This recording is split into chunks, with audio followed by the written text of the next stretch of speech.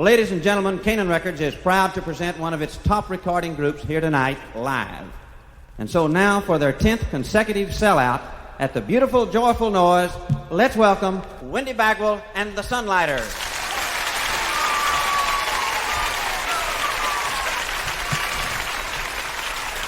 All right, you're great.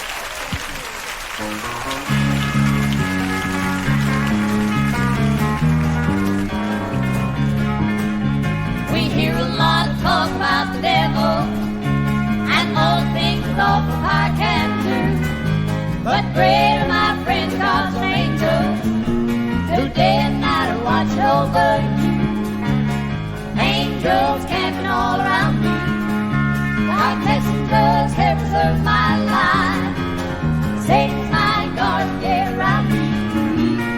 Angels are protecting day and night.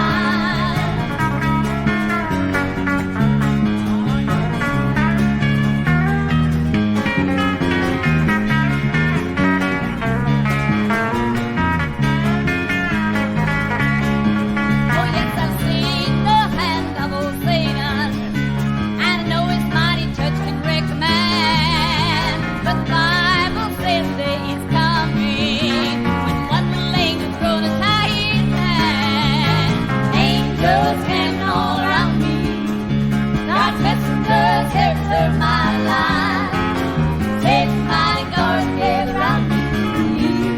Angels are protecting day and night. Angels camping all around me. God's messengers have preserved my life. Satan's mighty guards gather round me. Angels are protecting, angels are protecting, angels are protecting day and night.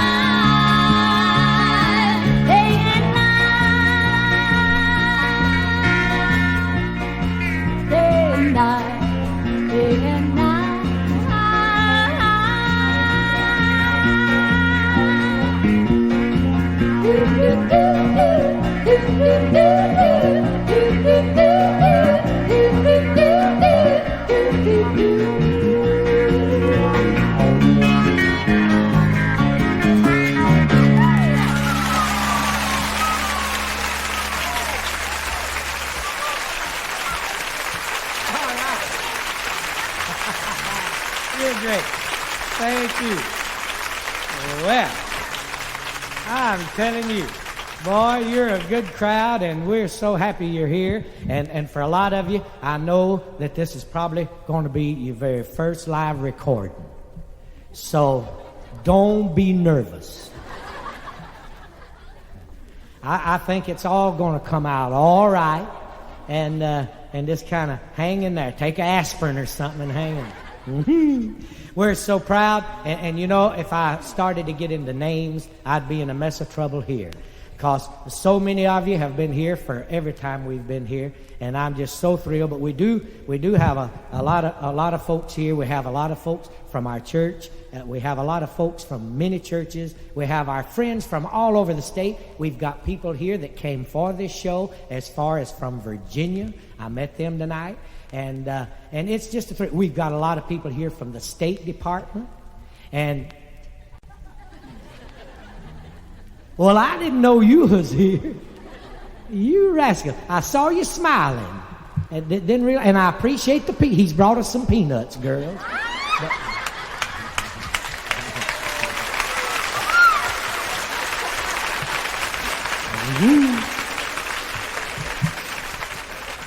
We have our preacher here, and I'm mighty proud. You know, before we come on, they was talking about our church being here and our preacher being here, and it's a real thrill to me that our own folks come to see us, along with all of our other friends. We're just proud. We hope we sing something that might be a blessing to you. We were thrilled to death that this was our program here was announced 2 months ago, and it's been sold out for exactly 2 months, and I can't tell you how much of a thrill that is to us. That don't happen often to us, you know. We want to sing a song. Where's that sack of songs? Oh, you got the other part? We're going to sing a sack of songs to you here. Thought somebody done lost our sack. This song right here is, I think, a beautiful song. It's called The Man Who Came to Dinner.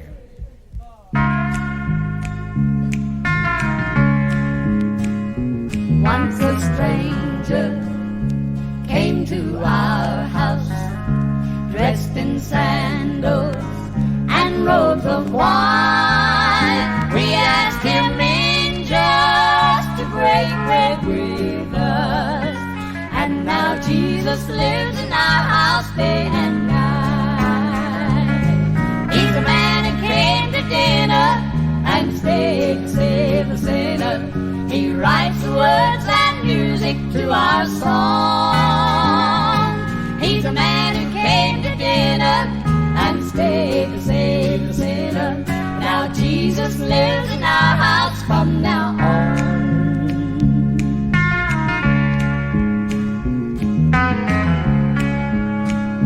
Sometimes people come to our house to test the truth of the things we say. Most times they leave and take Jesus with them, but he never does leave our house. He worked it out that way. He's a man who came to dinner and stayed to save the sinner. He writes the words and music to our song. He's a man who came to dinner and stayed to save the sinner. Now Jesus lives in our house from now on. From now on.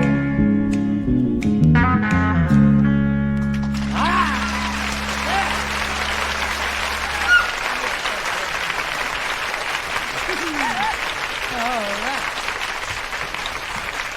Hey, beautiful. You're great.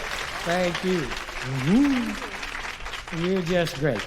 You know, one of the big questions is asked always of us on the road is, I heard your stories from the other live album. I've heard stories about your travels around the country, and are the stories really true? I want to tell you something that happened to us on the way from Danville, Illinois, about 3 or 4 weeks ago, and this is a true story with my hand up. We stopped at Shawnee's to eat. And when we went inside, I went in the men's room to wash my hands, get ready to eat. And I was standing in there, and this man came in. And he said, "Where's George?" "Well, it's a little old bitty bathroom." I said, "Well, I don't know." And he said, "Well, he come in here this before I did." And then he studied a minute, and he said, "Oh, I know where he went." Well, I was getting ready to go out. And as I walked out of the men's room, guess who come backing out of the ladies' room? It wasn't George. It was Geraldine.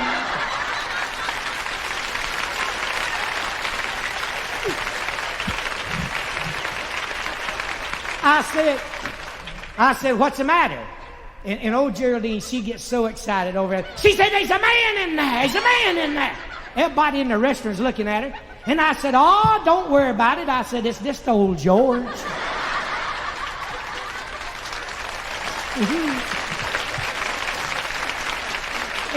And Geraldine said, "Now don't be silly." She said, "There's really a man in there."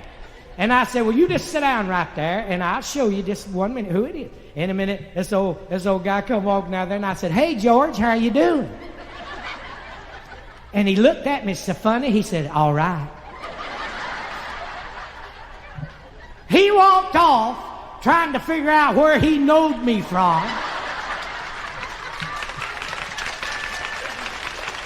Geraldine walked off trying to figure out where I knowed him from. And I walked off trying to figure out however I got mixed up with either one of them.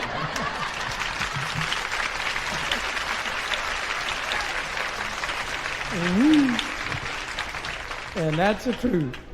I'm telling you. Now then, we're going to do another song right here. I know we are, and sooner or later, I bet you I'll find it. Yeah. This song right here, we've done a time or two on the road to kind of try it out on folks. And it's been amazing, the response we've got from it. We're thrilled out of our mind about this song. Old Rex Nealon brought it to me, and it's called, Lord, You've Been Mighty Good to Me. Listen to this. Lord,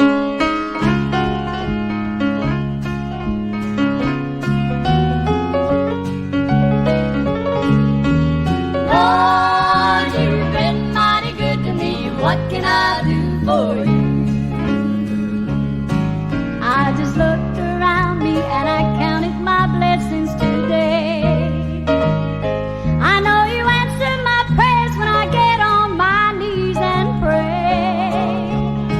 I won't take up your time now except for a minute or two. Lord, you've been mighty good to me. What can I do for you? Is there a neighbor living down the road that I need to visit today? Is there a friend in need of a little encouragement as he travels all his way? Lord, I want to do a lot more than these little things I'm trying to do. Lord, you've been mighty good to me. What can I do for you?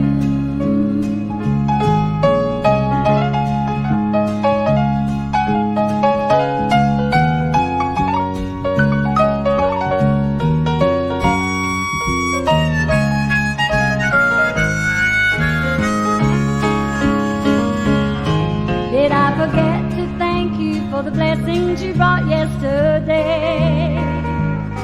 Sometimes I get kind of busy and sometimes forget to pray. You remember my weakness and I know you're gonna see me through.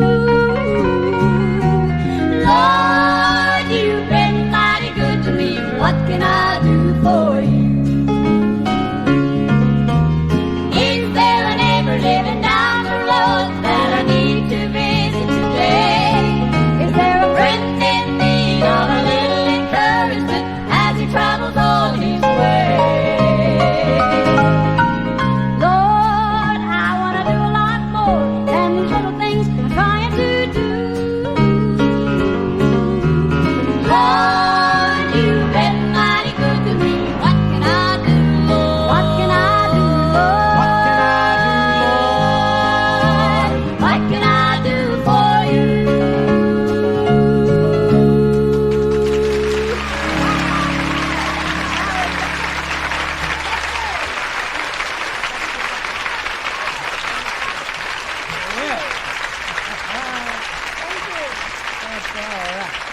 Thank you. Boy, you're a great crowd, I'll tell you that. No way I can tell you how much we appreciate it, too. We want to do a song now. I hope most of you remember the folks in our bunch here. We've been together, Mike and I, all our lives. But in the case that some of you don't remember, this one over here is a aunt of mine that helped raise me. Her name's Little Jan Buckner, and she's been with me since she was just a little girl, and that's the truth. And over here is Sister Geraldine, old leather lungs. She's been with me pretty near all her life. 25 years we've been on the road. This old boy, he ain't been with us quite all that long, but we feel like the Lord sent him to us. A good Christian boy, good testimony for the Lord, and that's the most important part of our business. In addition to, thank you.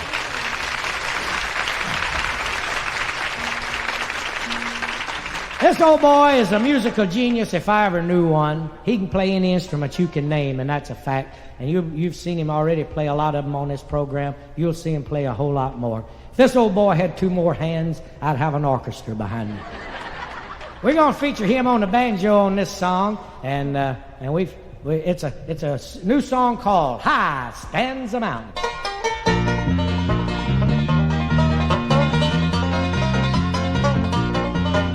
Well, see that mountain yonder, reaching to the sky. It looks so high you cannot see your way. Well, if you want to go beyond it, there's one thing you must do. Fall down on your knees and pray. Stand around, but you gotta look to the other side and see how you stand with the Lord. Stand around, but you gotta look to the other side and see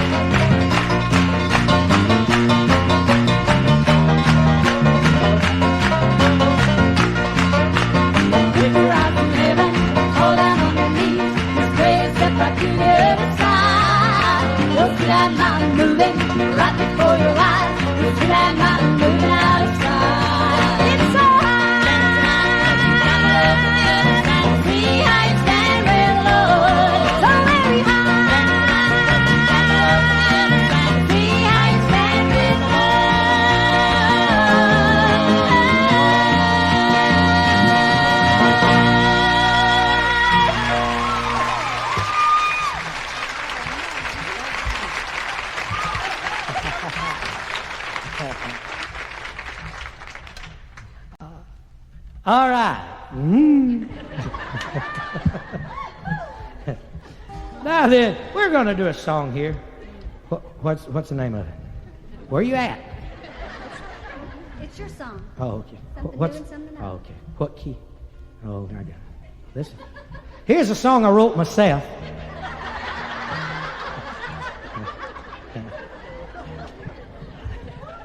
Yeah. Told you to keep that sack of songs handy.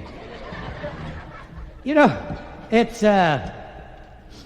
this song here kind of, we hear a lot about singing now. They're talking about all the different kinds of gospel music, you know. Some folks say, I don't like that old new kind of gospel music. Some folks don't like that old kind of gospel music. But I think all our music is good if it's about the Lord. And this song kind of tells you that. It's called Something New and Something Old. Goes something another like this right here. I like all the new songs that I hear about the Lord. I think there is something grand. I like the music that they play while they sing. We've come up with mighty fancy bands. But I also like the old songs that my mother used to sing. She didn't have a band at all. But when she sang the old songs in the spirit that she had, you could almost see the devil climb the wall. In the sweet by and by, we shall meet on that beautiful shore. In the sweet by and by, we shall meet on that beautiful shore.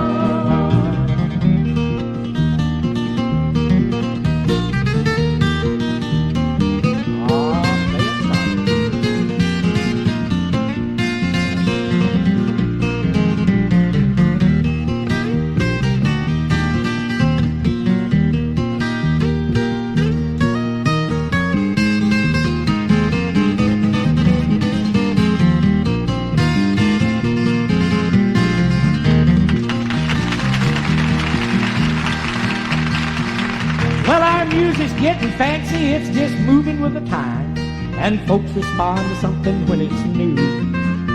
But that old pumping organ that my mama used to play could get it done and sounded pretty too. Come on now, let's sing it, something new and something old. Either way won't do you any harm. But keep the old time spirit and the devil can't get near it if you're leaning on the everlasting arm.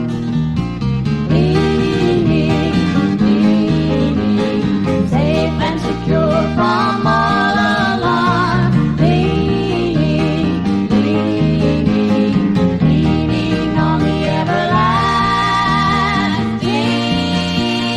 arm.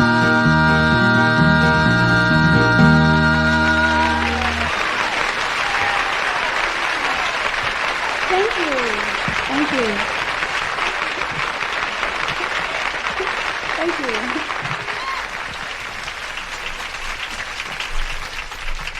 If I could, you know, as long as I've been singing, as long as we've been in the singing business around the country, we've had people that come up to us all over the country and mention Smyrna, Georgia, because I always talk about Smyrna, Georgia on the records. And you would really be surprised how many people from how many parts of the country, just on their way to Florida or on their way to Plains, Georgia, or wherever they're going, we'll see that Smyrna exit off of the 4-lane and come by and hunt us up and come by the house just to say howdy. And that's always a big thrill to us, I'll tell you that.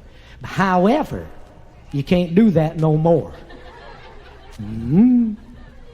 We done moved from Smyrna. It got too congested for us down there. We've all bought property, and we've built, and we've moved to Hiram, Georgia. And we got some folks from Hiram, Georgia here tonight. We sure do. Well, I want you to know that you can't just stop by and see us anymore. If you come to see us in Hiram, Georgia, honey, you will come on purpose. Because it ain't on the way to nowhere. But we really love it up there. We're just enjoying it. It's so quiet. There's one red light in the entire county, and it ain't in Hiram. We did take one side street and make it one way, just in case some Yankees or something got lost over in there. They'd think we had traffic sometime. But it's beautiful. It's a beautiful place to live. The people are out of this world. I have my farm, and I built my house right across from old Dick Summers' farm. And then on one side of me, old Monk Baird's got his house and his farm. On the other side of me is Cain's chicken houses. And somebody said, I don't believe you're going to build by Cain's chicken houses, but I'm enjoying it. I want you to know that whenever the wind is just right, honey, you got that feeling that you really own the farm.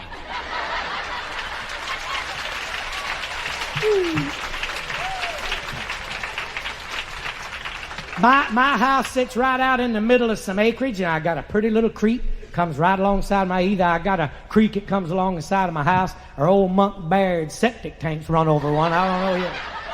But I really love it, and the people are out of this world. Old Marvin Norcross that brought us on here tonight, he come up there to see me. He said, what in the world can you do around here? What do you do? I said, well, we can do anything you want to do. We can go down to UC's grocery store, find out what's happening in the world.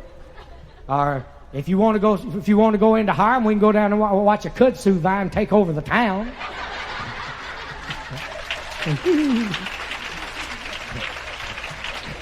All right, I said, if you're hungry, we'll go up to the catfish den.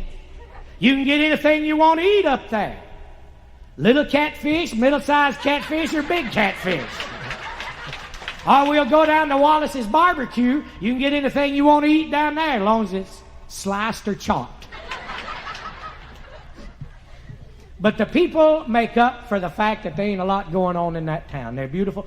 I tell you what, Doris Baird called me up right after we moved in and asked me if I wanted a mess of peas. And I told her, uh-huh.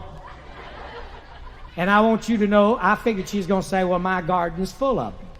But I want you to know, she went out there and picked them, cooked them, put the fat back in them, and brung them. You can't beat that kind of neighbors.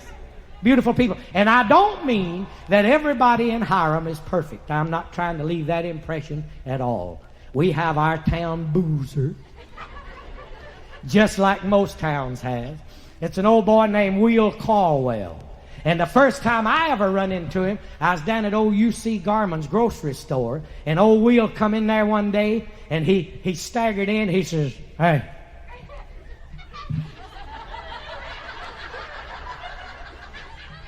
Says, has my wife been by here today?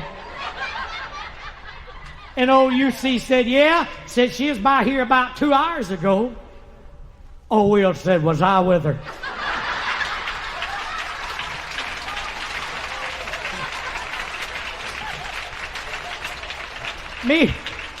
Me and old M.J. Jennings and old UC is standing out in front of his grocery store one day. His car pulled up. Fella rolled his glass down, stuck his head out, and old Will, he was kind of standing over to the side. He looked at old Will and he said, hey, fella. He said, do you know of a man that lives around here with one eye named Jack? Old Will said, I don't know. What's the name of his other eye?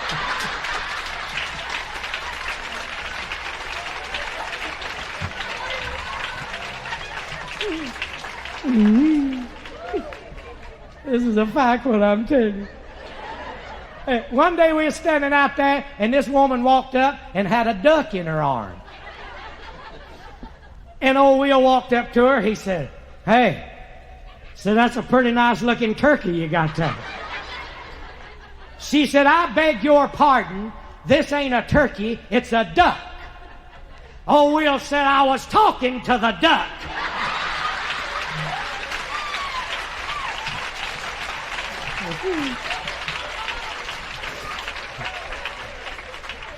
Ain't no way I could quit talking about Hiram without mentioning the Hiram Volunteer Fire Department. Oh, old Melvin Dokey is a fire chief, and he's a mighty good friend of mine. And old Dick Summers, he had a hay shed that sit about 20 or 30 feet from his barn, and that thing caught on fire. And old Dick is scared to death. He is afraid that it was gonna burn down his barn. He is scared it's gonna burn down his house. He called the Hiram Volunteer Fire Department. And they come tearing up through there with that old 1940 Army surplus truck painted red. And the fenders was flapping on that thing, looked like a buzzard fly. They come busting out of that little ball of dust off of that dirt road, come tearing out across that pasture, come busting right in the middle of that hay shed, and it on fire. They jumped out of that truck, jerked their jackets off. They started beating on that and stomping on that fire, spitting on that fire, and in about 10 minutes, they had that thing put out. And old Melvin Dokey comes staggering out of that smoke. His hair is all swinged off. His eyebrows is all swinged off. His clothes is a-smoking. The soles of his shoes is sparkling.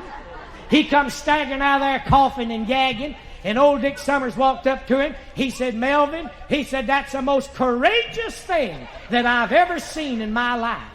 He said, I want you to know that I've never give one penny to the Hiram Volunteers, but right this minute, I'm going to give you $500 contributing to that volunteer fire department. Well, the boys walked over there where old Melvin was. One of the Hiram Volunteers said, Chief, said, what are we going to do with that $500? Old Melvin said, the first thing we're going to do is have the brakes fixed on that old fire truck.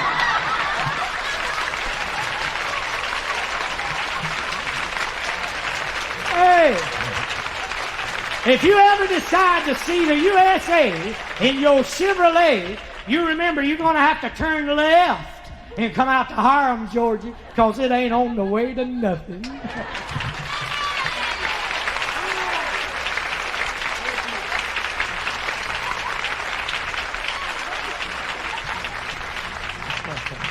Oh, you're beautiful. I'll tell you.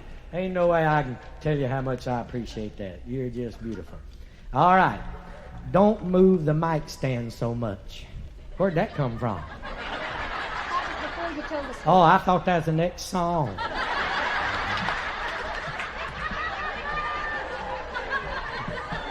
Where's Marvin? I told you when we come up here, man, I'd forget this as an album after a little while. And moving this mic stand is part of forgetting it's an album. And don't send me no more nasty jokes up here. All right, here's a song Little Jan wrote herself. Little Jan is a songwriter. I didn't know if you knew that or not. I didn't know if anybody knew that or not. But Little Jan is a songwriter. And she wrote a song called That's the Thing That He Wants Us to Do. And I think it's beautiful. Listen to it.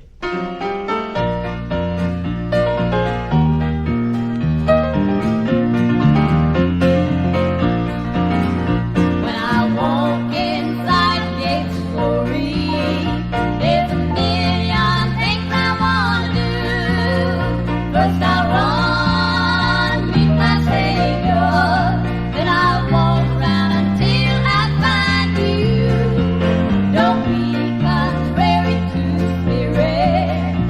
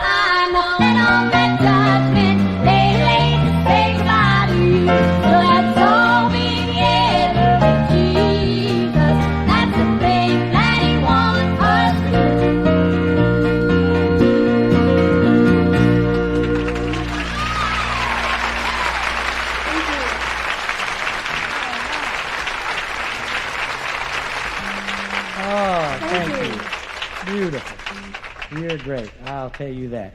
All right. Now then, we got a song here that features Geraldine. We kind of run over this today for Marvin, and he really liked this song, and I really like this song. It's so old, it'd make Amazing Grace almost a new song. This song has been around a while. It's called There Is a Fountain. And you know, you hear so many things now in our our world of religion, where people want to take this out, they want to take that out. I was reading in a magazine not too long ago where some churches wanted to take out anything that had anything to do with blood. Didn't want anything mentioned in the church because they said it wasn't tasteful or something. I don't know what they said. But, you know, why not also just take out "Ye must be born again"? Why not just take it all out? If you're going to take any of it out, this is called There Is a Fountain, and it tells about the blood of Jesus. And I think it's a kind of songs we need to sing. Listen, if you will.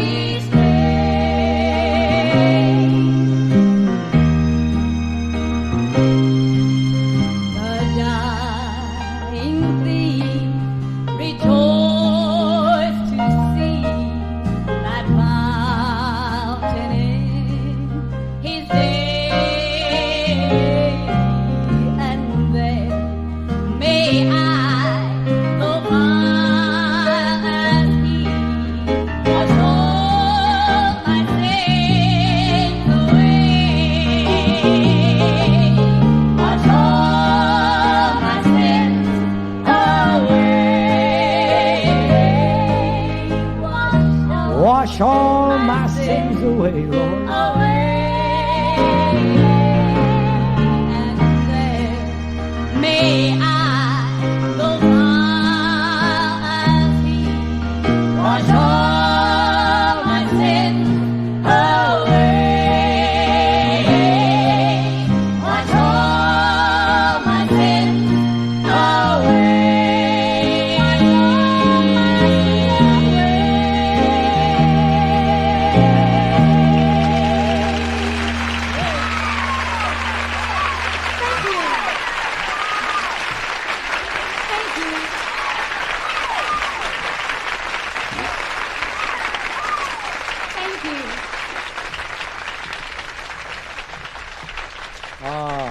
Thank you so much. I told you that's a good old song.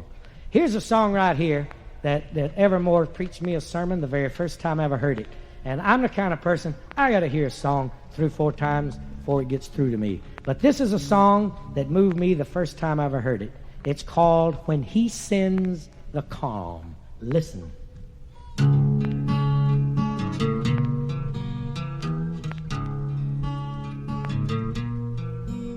It's as soft as a whisper on a tiny baby's cheek, as quiet as the stillness of the wind. Like a rose holds the dewdrops, God holds the world in His palm. And oh my, what a feeling when He sends the calm. There is peace, sweet peace in the hand of the Lord. It's fresh as the early morning dawn.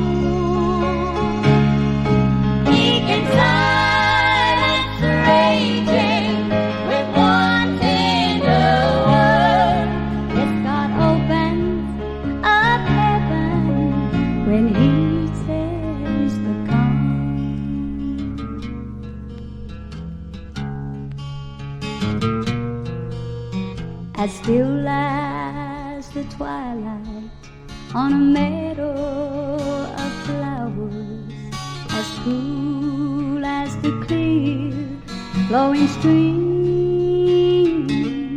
God touches every torn fiber from life's dreadful storm.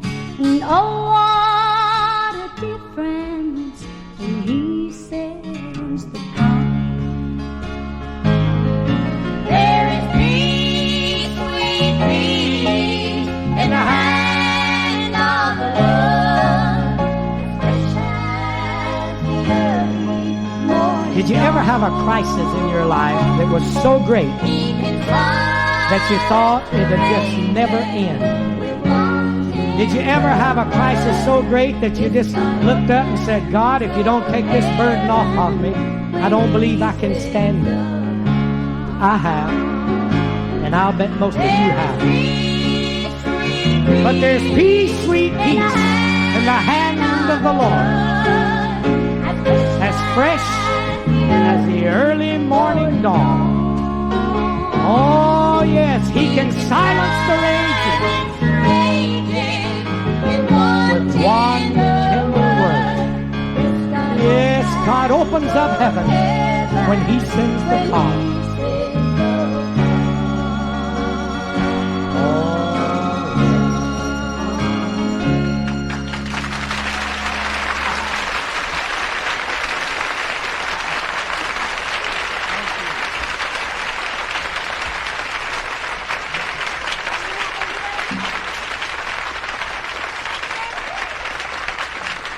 Thank you. Ah, beautiful.